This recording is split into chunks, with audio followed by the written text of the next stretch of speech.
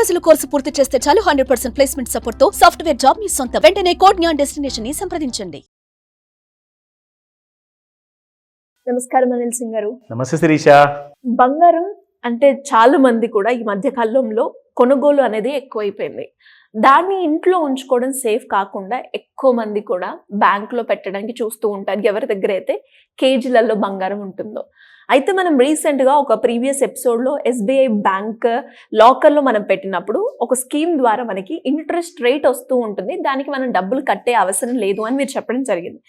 చాలా మంది కూడా అడిగే ప్రశ్న ఏంటి అంటే, అది ఒక SBI బ్యాంకే ఉందో ఆప్షను, లేదంటే ఇతర బ్యాంకులలో వాళ్ళకు కూడా ఈ ఫెసిలిటీ ఉందా, ఈ స్కీమ్ అవైలబుల్గా ఉందా, ఇది అప్లికబుల్ అవుతుందా అని అడుగుతూ ఉన్నారు. ఏంటి సార్? ఖచ్చితంగా మీ గోల్డ్ మీ దగ్గర ఏదైతే ఉందో ఆ గోల్డ్ వల్ల మీకు రాబడి అనేది రాబోతుంది. అండ్ SBI ఒకటే బ్యాంక్ కాదు, ఒకవేళ మీ అకౌంట్ SBI బ్యాంక్లో లేకపోతే మీ సేవింగ్స్ అకౌంట్ వేరే బ్యాంకుల్లో ఉందనుకోండి. ఫర్ ఎగ్జాంపుల్ ఈ రోజున మనం చేస్తుంది పంజాబ్ నేషనల్ బ్యాంక్ గురించి. పంజాబ్ నేషనల్ బ్యాంక్లో ఒకవేళ మీ సేవింగ్స్ అకౌంట్ ఉందనుకోండి, మీకు అక్కడ కూడా గోల్డ్ మానిటైజేషన్ స్కీమ్ అవైలబుల్ ఉంది. ఓకే, ఏమన్నా ప్రొసీజర్లో డిఫరెన్స్ ఉంటుందా సార్?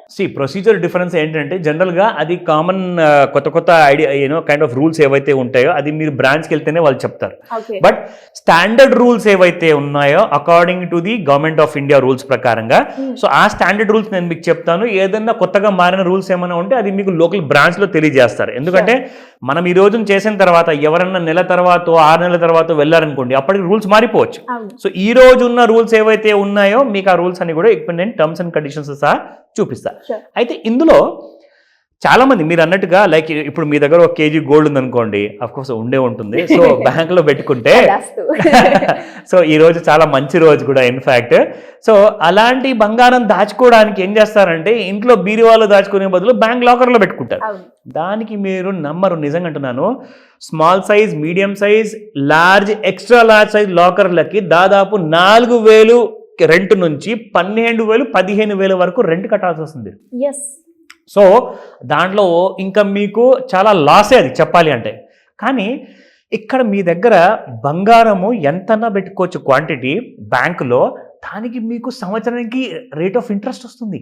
ఎంతవరకు వస్తుంది? అందరు ఏమనుకుంటున్నారంటే, నేను FDలో క్యాష్ ఉంటేనే FDలో పెట్టుకుంటే నాకు రేట్ ఆఫ్ ఇంట్రెస్ట్ వస్తుంది అనుకుంటున్నారు. కానీ ఇప్పుడు గవర్నమెంట్ ఆఫ్ ఇండియా కొత్త స్కీమ్ తెచ్చింది కాబట్టి, గోల్డ్ మానిటైజేషన్ స్కీమ్.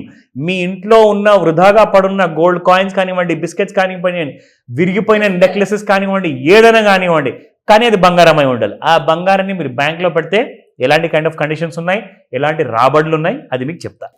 సో ఇది అఫీషియల్ వెబ్సైట్ అండి, పంజాబ్ నేషనల్ బ్యాంక్ వాళ్ళది. సో ఇది gold monetization scheme Punjab National బ్యాంక్లో నేను మీకు చూపిస్తున్నాను. ఇక్కడ మీరు చూసుకుంటే ఇందులో పర్పస్ ఏంటి, to mobilize the idle gold in the country and put it in to productive use అనమాట. To provide the customers and opportunity to earn interest income on their idle gold holdings. చూసారా కేంద్ర ప్రభుత్వం ఎంత మంచిగా ఆలోచించింది మనందరి కోసము. సో ఇందులో మీరు ఎలాంటి డబ్బులు కట్టాల్సిన అవసరం లేదు, జస్ట్ మీ బంగారం తీసుకెళ్ళి ఇక్కడ పెడితే వాళ్ళు మిమ్మల్ని ఎంత అప్రిషియేట్ చేస్తారో, సార్ మీరు చాలా మంచి పని చేస్తున్నారు, పైగా నేను మీకు ఇంట్రెస్ట్ కూడా ఇస్తాను. అసలు దీనివల్ల గవర్నమెంట్కి ఏంటి లాభం అంటారా? ఏమవుతుందంటే, గవర్నమెంట్ ఆఫ్ ఇండియా ఏం చేస్తుందంటే, మీ దగ్గర ఉన్న బంగారాన్ని అక్కడ గవర్నమెంట్ ఆఫ్ ఇండియా ఆ బ్యాంకుల్లో, మీరు ప్రైవేట్ బ్యాంకులో పెట్టండి, గవర్నమెంట్ బ్యాంకుల్లో పెట్టండి, మొత్తం గవర్నమెంట్ ఏం చేస్తుందంటే, మా దగ్గర ఇంత బంగారం ఉందని చెప్పేసి గొప్పలు చెప్పుకోవచ్చు ప్రపంచం మొత్తంలో. అమెరికాలో అందరికంటే ఎక్కువగా బంగారం డిపాజిట్స్ వాళ్ళ ఇంట్లలో, బ్యాంకులలో, ప్రభుత్వ రంగాల ఆఫీస్లో, RBI దగ్గర, వాళ్ళ ఫెడరల్ బ్యాంక్ దగ్గర కూడా ఉంది అనమాట. సో ఫెడరల్ రిజర్వ్ దగ్గర అంత బంగారం ఉందంటే వాళ్ళంత పవర్ఫుల్ అనమాట. సో గవర్నమెంట్ ఆఫ్ ఇండియా ఏం చేస్తుందంటే, ఈ బంగారాన్ని బ్యాంకులో చూపించినప్పుడు ఏమవుతుందంటే, మా దగ్గర ఇంత స్ట్రెంత్ ఆఫ్ బంగారం ఉంది కాబట్టి this is an accounted gold. అంటే ఇప్పటిదాకా 600 టన్నుల బంగారము, 1000 టన్నుల బంగారం చూపించుకున్నాం అనుకోండి, ఇప్పుడు ప్రతి ఇంట్లో ఉన్న బంగారం కూడా వెళ్ళి బ్యాంకులో పెడితే ఏమవుతుందంటే, ఆ 500 టన్నులకి 600 టన్నులకి ఈ బ్యాంక్ గోల్డ్ కూడా యాడ్ అవుతుంది అనమాట. సో అప్పుడు ఏమవుతుందంటే, మన దగ్గర దేశంలో 500 టన్నుల బంగారం కాదండి, కనీసం ఒక 5,000 టన్నుల బంగారం ఉంది అని చెప్పేసి మనము ప్రపంచానికి చాటుకోవచ్చు. That means India is a richest country, అందులో డౌట్ లేదు. కానీ అఫీషియల్గా చెప్పుకోవాలి అంటే అది ఎక్కడ ఉండాలి? మీ ఇంట్లో కాదు, బ్యాంకులో ఉండాలి. దానికోసము ఆ కైండ్ ఆఫ్ ఫేవర్ మీరు గవర్నమెంట్కి చేస్తున్నారు కాబట్టి బ్యాంకు మీకు ఏం చేస్తుందంటే రాబడి ఇస్తుంది. సూపర్. ఎగ్జాక్ట్లీ. సార్ మరి మనము బ్యాంక్ లాకర్ లో పెట్టాలి అనుకున్నప్పుడు దానికంటూ ఏమైనా ఎలిజిబిలిటీ ఉంటుందా? పర్టికులర్ గా వీలే పెట్టాలని ఎవరైనా పెట్టొచ్చు? ఎవరైనా పెట్టచ్చు. ఎవరికైతే ఆ బ్యాంక్లో సేవింగ్స్ అకౌంట్ ఉండాలి, అది మాత్రం కండిషన్.